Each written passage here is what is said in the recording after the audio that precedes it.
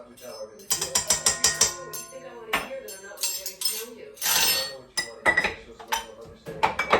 guys, it's been a really long time that I have made a YouTube video. So I just wanted to get back into it because it's just a very fun creative outlet for me.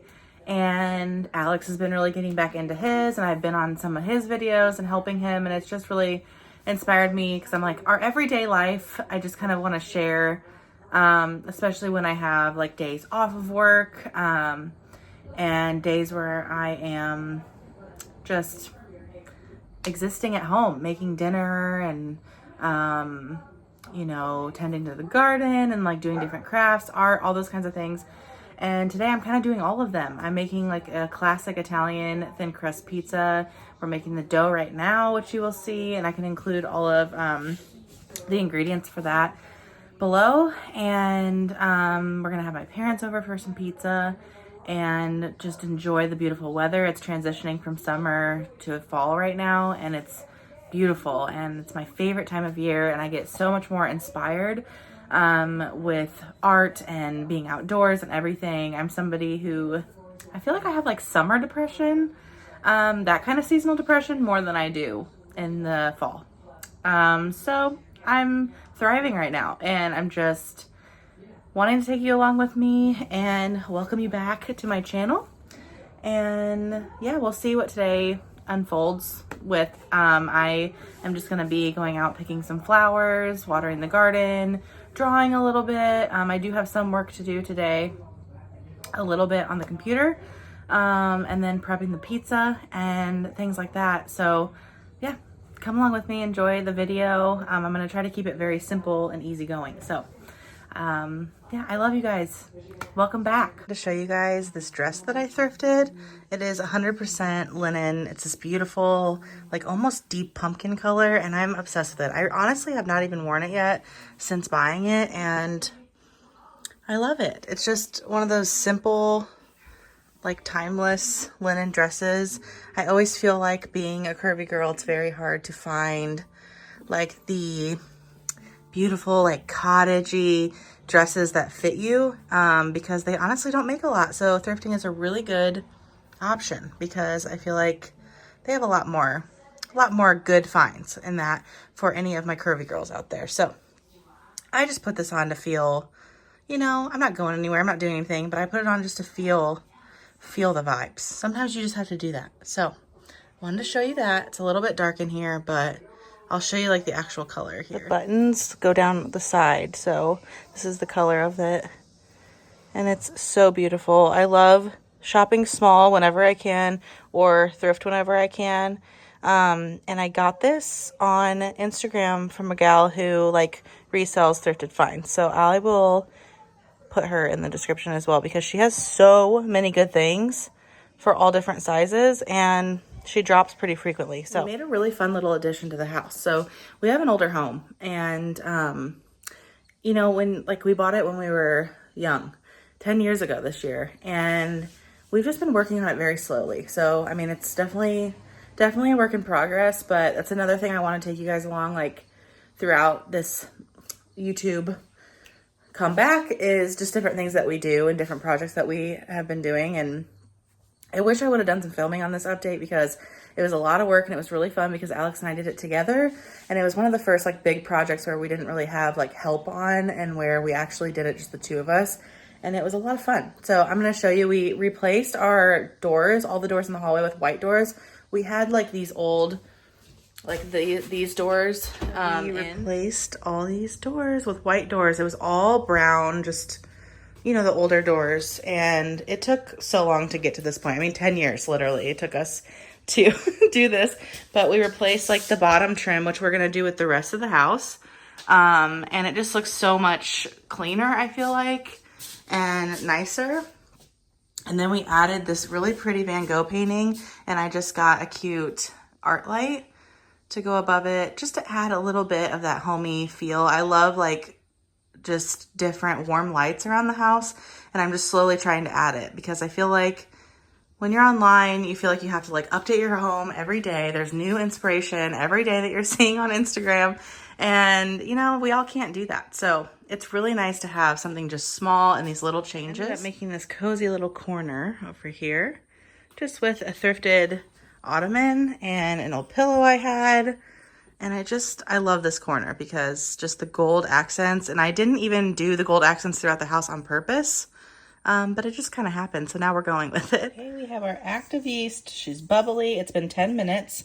So I only had active dry yeast. You can use instant yeast. So you can skip this step and just mix it straight up into the flour and water and sugar and all of that. But I took half of the water and I had it warm, and then I put the sugar and then 2 teaspoons of active dry yeast, let that bloom for 10 minutes. And now it's ready. It's active. It's bubbly. If it doesn't bubble like this, I would either get a different yeast or I would start over.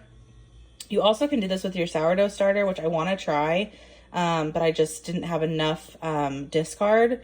So, because we just made sourdough pancakes. So, and then I'm going to use 00 flour, and I really do like this brand. So we're going to see how this turns out. This is a new recipe I'm trying, and we're going to add the rest of the ingredients, and then we will let it rise. Okay. So we need 480 grams of this 00 flour. So I have my scale out here, and I'm just gonna put the bowl on, and then I'm gonna tare it so it doesn't count the bowl weight.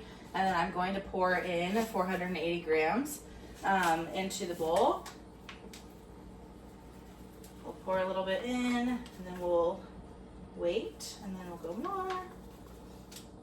And they say to use this 00 flour because it's just a lot of a more fine flour, which gives you that really bubbly and good like chewy crust.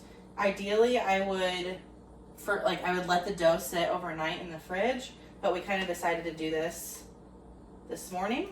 So that's 409. I'm gonna take a little bit out and put it back in, and now it's 389. This is like I want to be pretty exact with this, but it doesn't have to be anything crazy.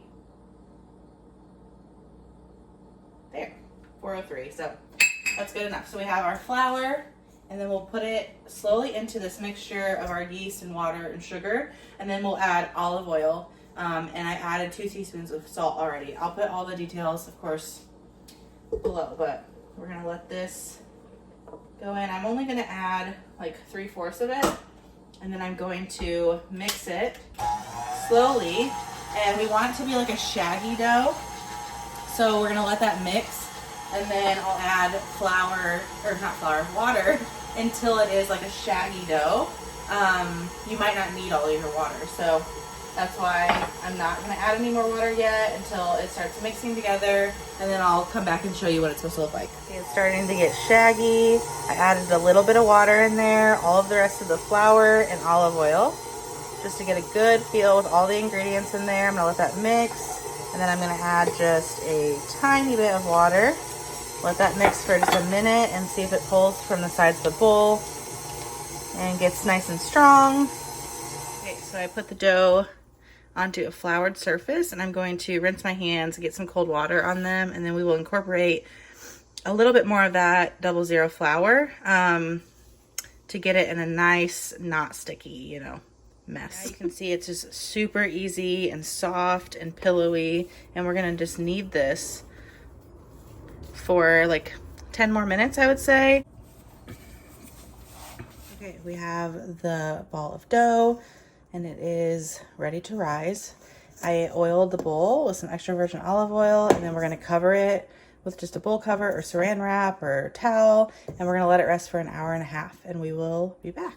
Okay, I'm gonna cut up some peaches and use it for peach jam because these peaches are a little soft and we're not gonna be able to eat them by the time that they get too soft, and I don't want to waste them. So something I've been doing with like all of my fruit, it doesn't matter what, I've just been making it into like some sort of jam, just to make sure we don't waste it, because sometimes peaches can obviously ripen really, really fast. And so I'm just going to cut the skin off and put it in a pan with lemon, sugar, something super easy, and just make a little peach jam for our little charcuterie board tonight that we're gonna have with the pizza. So that'll be really good. I'll let this heat up at like medium heat. I just have them all chopped in there. I got my lemon juice ready and sugar, And sometimes I'll put a little bit of cinnamon in there, but that's literally it. I'll let this kind of cook down until it gets soft enough. I'll mash it right into the pan. So there's a little bit of like chunks in there, which I like.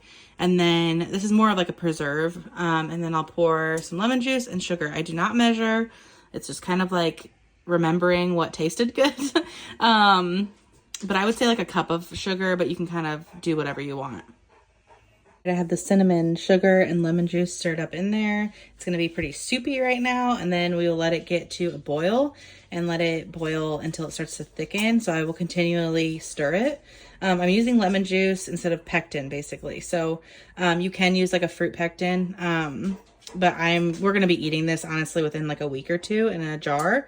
So I don't need to actually, you know, preserve it or anything like that. But the lemon and that acidity will help preserve it in the jar. All right, we had the first rise time of 2 hours. I thought it was an hour and a half, but I did 2 hours.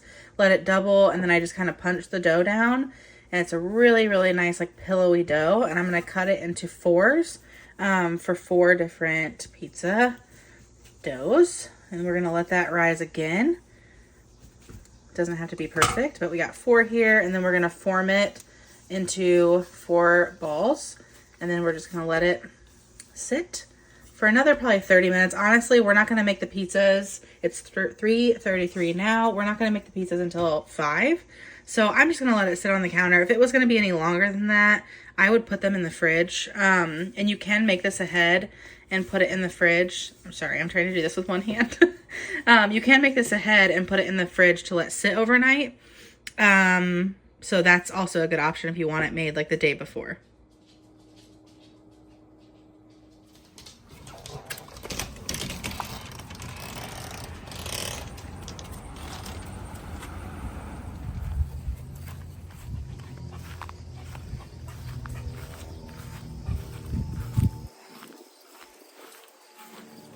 Looks like the dog's almost got a squirrel. Where's he at?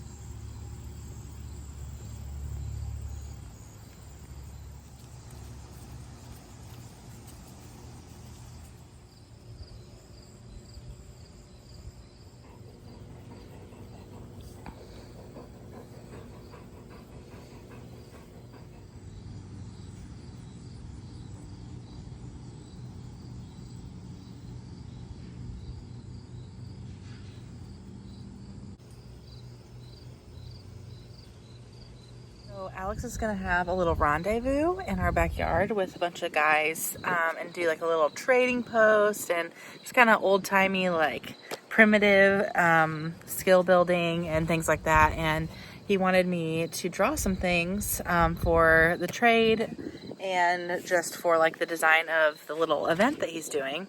So I'm making like a little collage page or paper of different, like kind of like mountain men primitive theme. So that's what I'm doing right now. And I've been working on this today and just kind of thinking about what to add.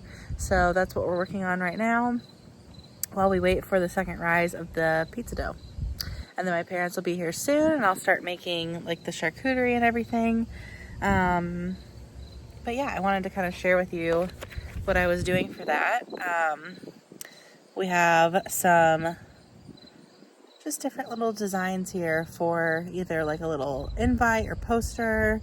And it's just a fun little thing to add